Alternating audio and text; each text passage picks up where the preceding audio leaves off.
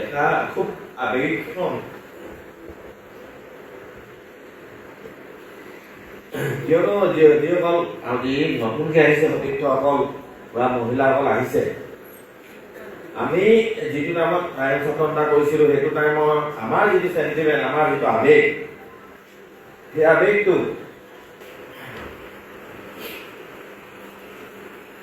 কিয়নো মই দুজনকৈ সতীৰ্থ টাইমৰ ছাত্ৰ সন্থাৰ আমাৰ উপদেষ্টা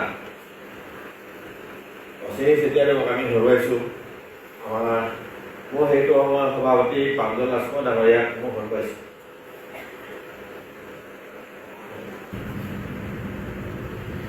আজি এই মঞ্চত যদি তেওঁলোক লগত থাকিলেহেঁতেন তেতিয়াহ'লে হয়তো তেওঁলোকো খুব আনন্দিত হ'লহেঁতেন। যি নহওক, যেতিয়া আকাশৰ পৰা মঞ্চখনৰ পৰা আঁতৰি গৈ যেতিয়া মই ভাৰতীয় জনতা পাৰ্টীত যোগদান কৰাৰ সিদ্ধান্ত গ্ৰহণ কৰিছিলোঁ, বহুতে মোক সেইটো সময়ত বহুখিনি কথা কৈছিলে, কিন্তু এটা কথা মই আজি স্বীকাৰ কৰিছোঁ আপোনালোকৰ আগত, কিয়নো সেইটো সময়ত সেই সিদ্ধান্তটো খুব কঠিন সিদ্ধান্ত আছিলে। সেইটো সময়ত কংগ্ৰেছৰ চৰকাৰ আছিলে, গতিকে সেই সময়খিনিত ভাৰতীয় জনতা পাৰ্টীক কৰিবলৈ যোৱাটো অলপ কঠিন আছিলে। কিন্তু সেই সময়খিনিতো টাইমৰ ছাত্ৰ সন্থাৰ মোৰ বহু সতীৰ্থই মোক বহুত সাহস দিছিলে তেওঁলোকে।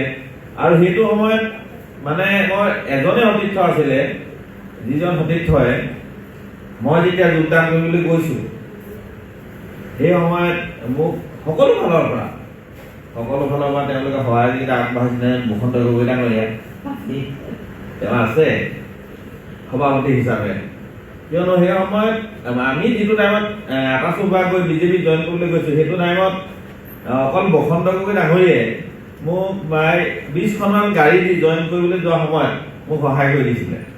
গতিকে